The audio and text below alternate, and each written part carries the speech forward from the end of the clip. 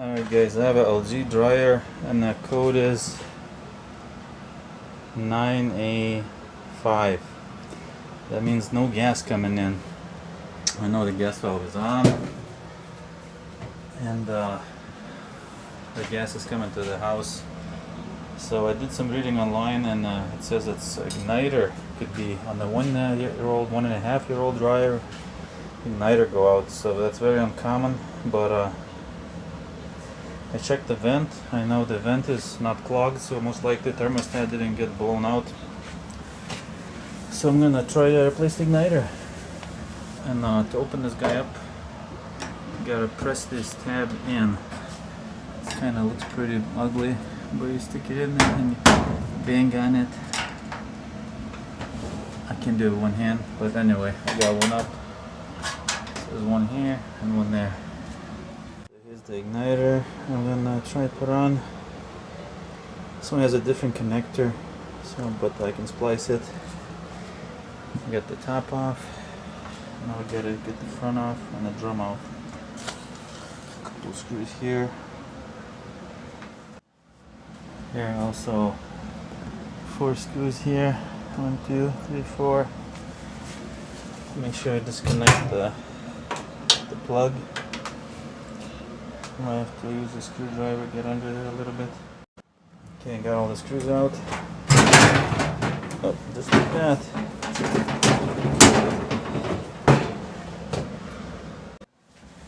Okay, we got the gas valve right here.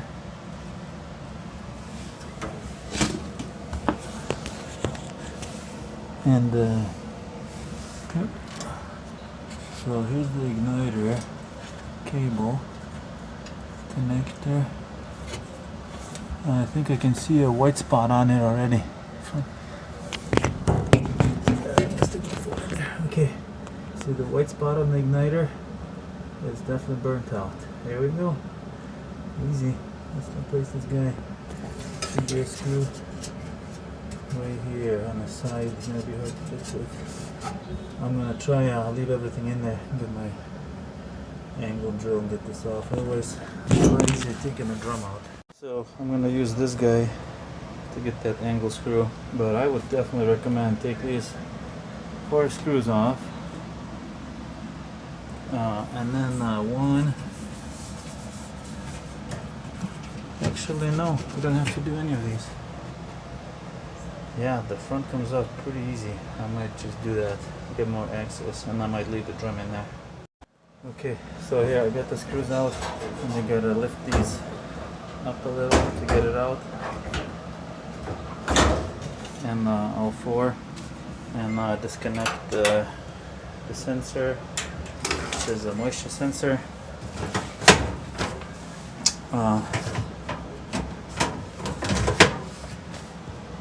You can probably leave the belt on and the drum in there, and especially if you've never done this, it's kind of hard to get the drum back on, the belt back on, so I would recommend leaving that in there. I'm just gonna, there you go, take the front off. Just kind of holding by those 2 rollers. Just gotta get it over the lip, and alright.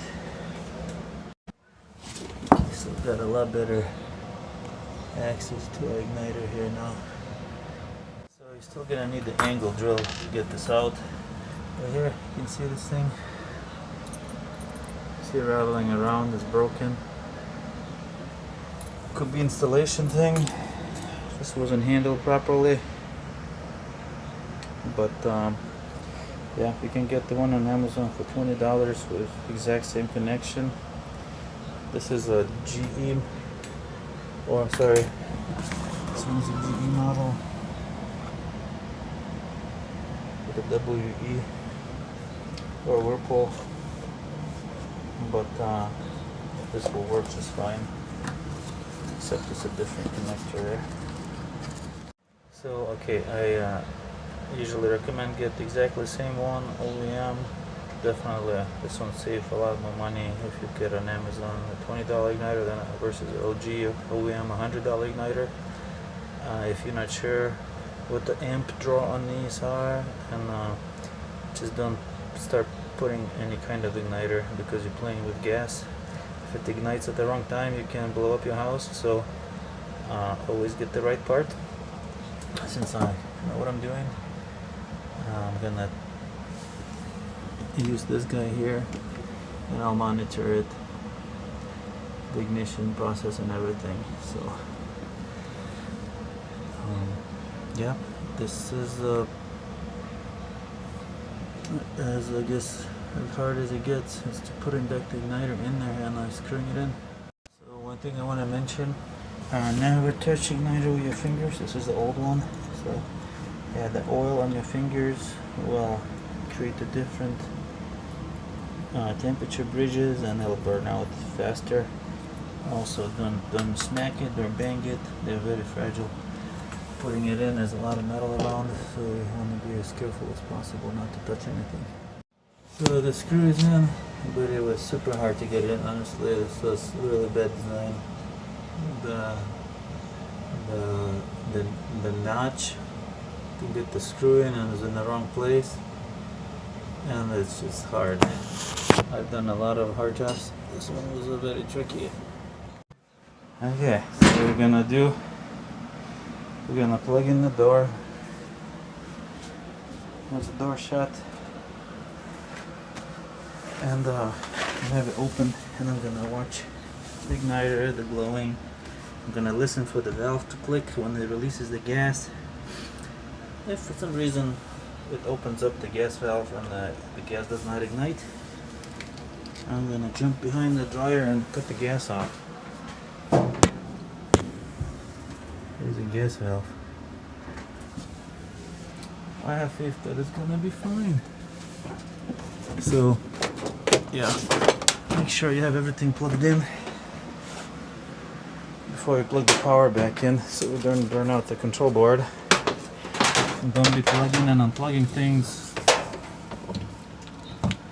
when the dryer is plugged in. If you're plugging in the sensors, gas valves, under power, chance you're gonna ruin your control board. Okay, we got the vent plugged in, the gas valve is on.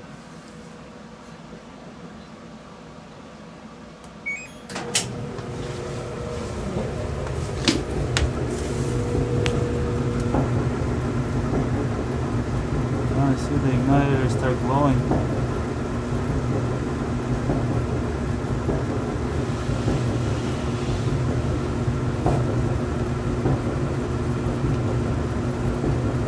Which is not.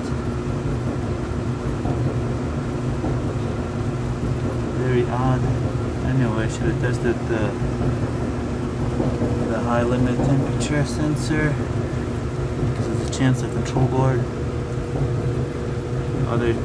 Other things, but usually it's one problem.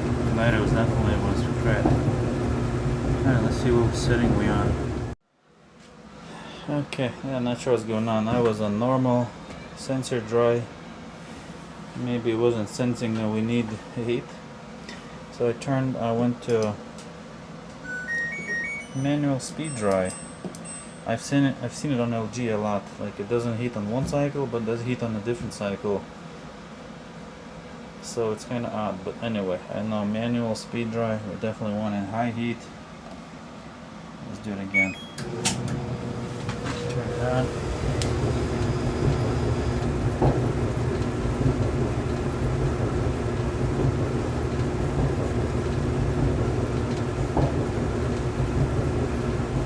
That is odd because I just did that. Like igniter glue. Turn the heat on. This time it's not. Don't you love LG? Ah, that's like cool. I wonder what that means.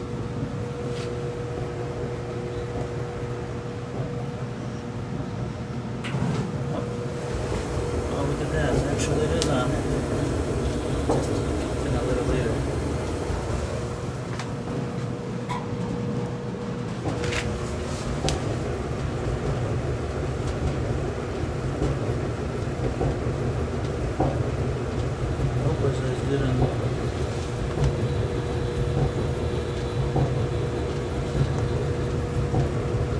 didn't blow the high heat, high limit sensor.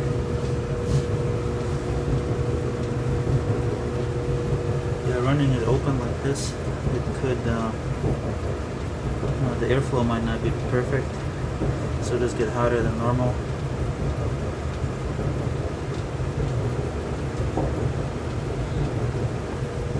Let's see if it kicks back in. We're definitely getting heat now.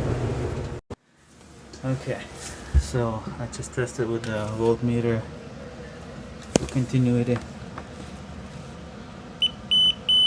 and that guy is good, and that guy is good too.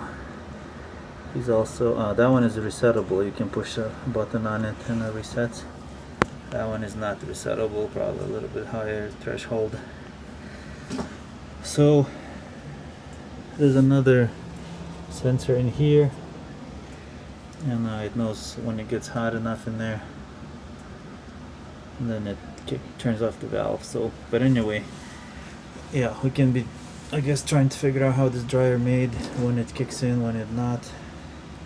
There's a lot of things to test, but usually my rule of thumb is only one thing is broken, unless it's been neglected for a while, and then things go down the line. So if the igniter was broken, everything else should be working. We got the heat back on. Yeah, let's put it back together and run it. I'm pretty sure it's gonna do just fine. Okay, it's all back together, and yeah, I didn't want to run it too long with it open. I did want to make sure that it ignites the gas and right away when the gas valve opens up. Yeah, sometimes these cycles can throw me off. I usually try to do a high heat manual dry or time dry, and then usually the heat kicks in right away. But yeah, I don't know the whole thing, how the LGs are programmed, so I believe this one should be good. I'm gonna give it a few minutes and then open it up, stick my hand in there, see if it's hot. But yeah, hopefully this video helps for you guys, just diagnosing and giving you a little more courage. Touch the things that you haven't touched before. Always good to know where the gas shutoff is, electrical. Have a fire extinguisher, the worst comes to worst, next to you. And yep, this place had 7 cans, so this thing definitely helps. So yeah, thanks for watching, guys. And by the way, it's nice and hot in there. 1 year igniter or 2-year-old igniter, that's definitely something wrong with it. So I wouldn't settle for the OEM igniter. I don't think that's gonna work a lot longer. Just get your model number off the sticker right here, punch it in, and Google put down igniter next to it, and it'll pop up the first thing that's on Amazon, $22, and that will fix it. Yep, thanks for watching, guys, again. Take care.